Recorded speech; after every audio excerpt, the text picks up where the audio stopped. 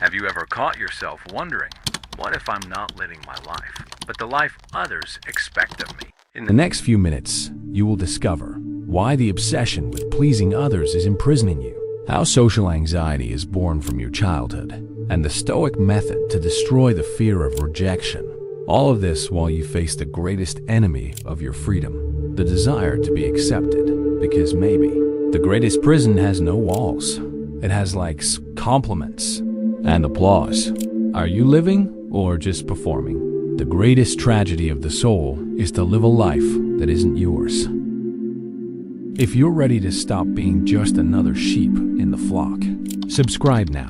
Here, philosophy is not theory, it's a weapon, and each video is a step toward your liberation. From an early age, we learn that being pleasant is a form of survival. A smile earns affection, obedience guarantees reward. We grow up like this, domesticated by the expectations of others. Little by little, we begin to confuse being good with being accepted, and every choice we make carries an invisible question. What will they think of me? And this is where the silent corruption begins. Because when we live to please, we are no longer being authentic. We are editing ourselves, mutilating ourselves, censoring ourselves. The real self hides, and in its place, an actor emerges.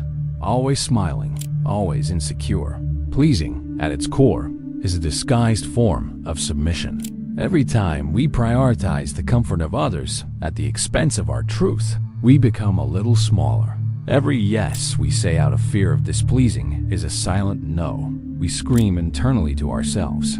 Pleasing, in this context, is no longer kindness. It's emotional servitude. We become hostages of glances, gestures, comments. An invisible crowd starts to live inside us, and every step we take must first be approved by this phantom court. We no longer live. We ask for permission to exist.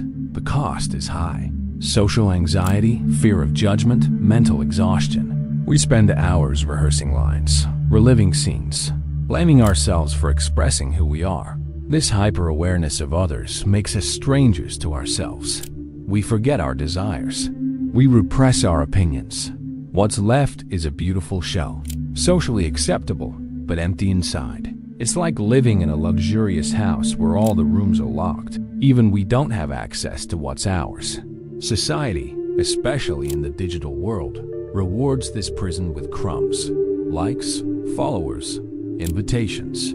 The illusion of acceptance becomes an addiction. We want to please not out of altruism, but because we feel that without approval, we are nothing. We create perfect, edited, controlled personas, but every persona carries a price. It demands that the true self remain hidden, and that hiding place becomes an emotional tomb. Pleasing becomes a compulsion, and living without masks, a risk that seems unacceptable. But the inevitable question is it worth it? Is it worth sacrificing authenticity for applause? Is it worth repressing your essence to maintain an image? The truth is brutal. Every time you prioritize pleasing others, you choose to be less free. And every freedom sacrificed for social comfort turns into resentment against others and against yourself. The cost of being too pleasant is not just emotional, it's existential. Because, at the end of the day, pleasing everyone means betraying yourself. Validation seems harmless. A compliment here, a like there. Little by little, we get used to this artificial warmth, like someone who lives in front of a fireplace lit by others. But what looks like light is just reflection, because validation is not love. It's not respect. It's a fragile currency that devalues the moment you stop providing what others want. And yet, we remain addicted to it, as if it were oxygen, as if our existence needed to be confirmed by external eyes. The trap lies in the temporary comfort it offers. When we are approved, praised, chosen, we feel a strange euphoria, as if we were finally someone. But it's a fragile happiness, because it depends. It depends on us continuing to please. It depends on us always being up to standard. It depends on an audience that is never stable, never sincere, never loyal. It's like building your house on the edge of the sea. With every new wave of opinion, everything can be swept away. And what's left? The void.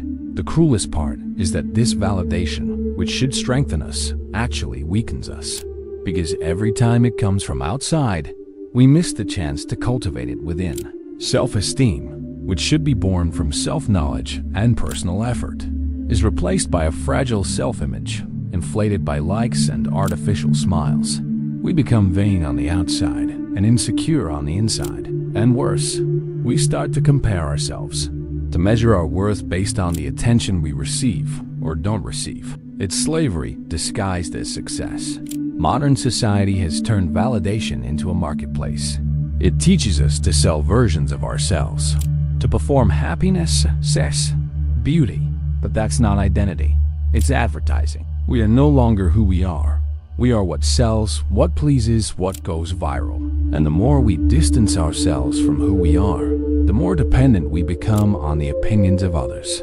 It's a cycle that silently consumes us.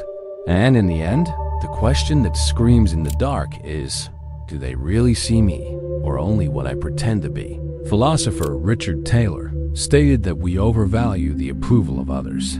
And it's true, because while it attracts us like a beacon, it also blinds us. True freedom begins the moment we stop needing to be seen in order to feel real. When we can act in silence, create in anonymity, live with depth, even without applause. Validation is a mirage. It seems to quench your thirst, but always leaves you thirstier. And that thirst is what keeps you in chains. Pause for a moment and reflect. Who are the people whose opinions hurt you? Are they masters of wisdom, models of courage, authenticity, depth? Or are they just loud voices, empty of meaning, repeating patterns they've never questioned? Most of the judgments that haunt us come from people who don't even deserve our attention, let alone our suffering. And yet, we let every sideways glance, every banal comment, every baseless criticism steal our sleep, as if we were facing sacred judges. Seneca once said, "How foolish is the man who is pleased by the applause of the ignorant." And still, we bow down. We dress to impress those who have no taste. We silence our opinions out of fear of the ridicule of those who've never thought for themselves. We adjust our tone, our posture, our behavior, so as not to offend small minds. We become prisoners of people we don't admire. That is the paradox of emotional servitude. We seek approval from those we secretly despise. Most of these people live in a state of projection, throwing onto you everything they refuse to face within themselves. Their judgment doesn't speak about who you are, but about what they can't stand to see in themselves. Jung called this the shadow, the repressed side of the psyche that manifests through others. When you disturb them, it's not because you're wrong, it's because you're a mirror. And mirrors, for those who refuse to look within, are unbearable. Even so, each criticism hits us like a sentence. And this only happens because, deep down, we still believe that value comes from the outside. But the truth is simple and brutal. You don't need the admiration of those numbed by ignorance. You don't need to be understood by those who never tried to understand themselves. You don't need to fit into the world of those who lack the courage to expand their own. If their minds are small, why should your spirit bow? When you understand this, something shifts. Judgment loses its power. Empty words echo, but they don't penetrate. You begin to choose whose advice you accept and whose applause you ignore, because not every compliment is a sign of truth, and not every criticism deserves a response. The opinion of the ignorant only has power when you haven't yet discovered the value of your own conscience. And the day you stop justifying yourself will be the day you begin to truly live. Comment below. I break the chains. If today's the day you stop living as a hostage to eyes that never truly saw you. What if, instead of fleeing from ridicule, you faced it head on? What if, instead of protecting yourself from disapproval, you invited it in for coffee? This idea might seem insane, but that's exactly what the freest Stoics in history did. Cato, the austere Roman, would walk the streets dressed strangely, unkempt, dirty, not out of rebellion, but discipline. He trained his soul to endure contempt, to free himself from shame, to feel in his own skin that ridicule does not kill. Plutarch, who chronicled his life, said that Cato deliberately did not follow fashion. He didn't want applause. He wanted immunity. When we grow accustomed to judgment, it loses its power. We become resilient, like steel forged in the gaze of others. And more importantly, we begin to see what is truly shameful. It's not wearing simple clothes. It's living a life that isn't yours. It's not being different. It's being a copy. Cato teaches us that freedom begins the day other people's laughter stops paralyzing us. But he wasn't the only one. Diogenes, the dog, went even further. He walked backward in theaters, urinated in public, slept in a barrel. Not to provoke, but out of clarity. He wanted to be invulnerable. He wanted to be so intimate with himself that no criticism could touch him. And he succeeded. When ridiculed, he said, "You laugh at me for walking backwards, but you are walking in the wrong direction in life." This practice of deliberately exposing yourself to discomfort is the antidote to social slavery. It can be adapted to everyday life. Wear something strange. Say something unpopular. Act calmly where they expect anxiety. Observe the reactions. Don't defend yourself. Just breathe. You're training a muscle that few even know exists. The muscle of voluntary indifference. And with each exposure, you become less dependent on approval and more loyal to your truth. Because, in the end, the contempt of others only hurts when you still doubt yourself. But when conviction is born within, no crook glance has the power to twist you from the inside. Freedom begins where the fear of rejection ends. And it ends where the courage to be yourself begins, with or without an audience. When someone judges you, what exactly are they judging? Your words? Your manner? Your appearance? Maybe. But according to Carl Jung, judgment often reveals less about you and more about the other. Jung believed that we carry within us a shadow, everything we repress, hide, or refuse to accept. And what is repressed doesn't disappear. It only gets projected. Projection is a psychic phenomenon where the unconscious pushes outward what we cannot bear to see in ourselves. Thus, what we criticize most in others is often a reflection of what we deny in our own mirror. That's why someone gets bothered by your freedom, because it reveals the prison they are hiding. Or they attack your authenticity, because it exposes the falseness they live with. Jung wrote, "Everything that irritates us about others can lead us to a better understanding of ourselves."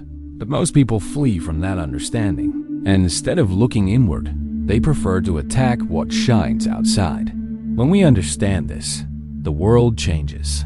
Not because others become kinder, but because you become uncheckable. Hatred no longer poisons you. Criticism no longer paralyzes you. You see the attack as a symptom, not as a sentence. You hear the offense, and instead of reacting, ask, what is this person trying to hide from themselves? And so, instead of feeling hurt, you become free. Because those who understand projection take nothing personally. This knowledge is an invisible key. It frees you from the prison of judgments. It places you above the emotional foam. You stop molding yourself to please and start existing with real presence. Because now you understand what others see in you is often a reflection of what refuses to be born in them. And in this inverted mirror, rejection turns into revelation. True strength is born when you stop fighting the opinions of others and start investigating what they really mean, not to justify or to attack, but to avoid being imprisoned. The shadow exists in all of us, but those who know it no longer fear the reflections. True power doesn't need to be explained. It doesn't beg for attention, doesn't plead for recognition. True power walks in silence, and that's exactly why it is so profound. The strong do not respond to criticism with justifications.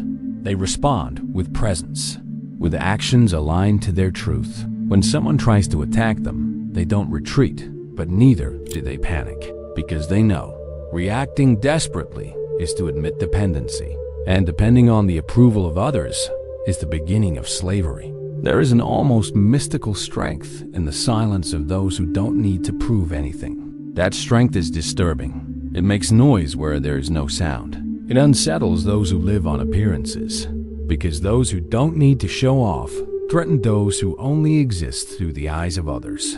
The strong walk by their own light, even when no one sees. They don't perform for the world. They shape the world with what they are, and that is enough. This serenity is earned. It doesn't come from nothing. It is the fruit of internal battles, of failures faced without an audience, of decisions made in the dark of the conscience. The strong know their shadows. That's why they don't bend to judgment. They are whole, and because they are whole, they are free. They understand that living for approval is living in constant denial of the self, and there is no greater pain than abandoning yourself every day just to be accepted by those who don't even know you. This silence is not cowardice. It is strategy. It is wisdom. When the world roars, those who master themselves observe. When fingers point, they remain still. When chaos erupts, they create order within. Their strength lies in indifference to external noise. Because what they seek is not spotlight, it's purpose. They don't want to be loved by everyone. They want to be respected by themselves. And that respect cannot be bought. It is built. In the end, it all comes down to this. Who are you when no one is watching? If you need an audience to exist, you are still fragile. But if you can act with honor, even in anonymity, then you've already won half the war. The strong do not shine to be seen. They shine because they have become fire. And fire, when born from within, can no longer be extinguished by anyone. In the end, there will always be those who don't like you. No matter how hard you try, how perfect you try to seem, how much you sacrifice your own truth. There will be criticism, contempt, misunderstanding. And that's okay. Because real freedom, the kind that can't be taken away, is born the moment you choose to live with integrity, even if it costs you the sympathy of others. The price of authenticity is high, but the price of falsehood is your soul. When you abandon the need to be liked, you discover something greater, the courage to be whole. Life stops being a performance and starts becoming a mission, yours. It doesn't matter who applauds, who criticizes, who walks away. You remain steady, alive, true. Because in the end, living to please is dying a little each day, but living according to what you believe is rebirth every single day. Some may think this was the end, but be careful. The war is not over yet. There are still things left unsaid. These two videos in front of you are not here by accident. And what if everything you believe about yourself is just a reflection of someone else's gaze? Click on one of the videos now and start breaking that mirror. You're going to have to risk to click. So, which one will you choose? If this video spoke to something that exists in silence within you, don't ignore it. Subscribe now, because here, every idea is a step away from illusion and closer to who you were made to be.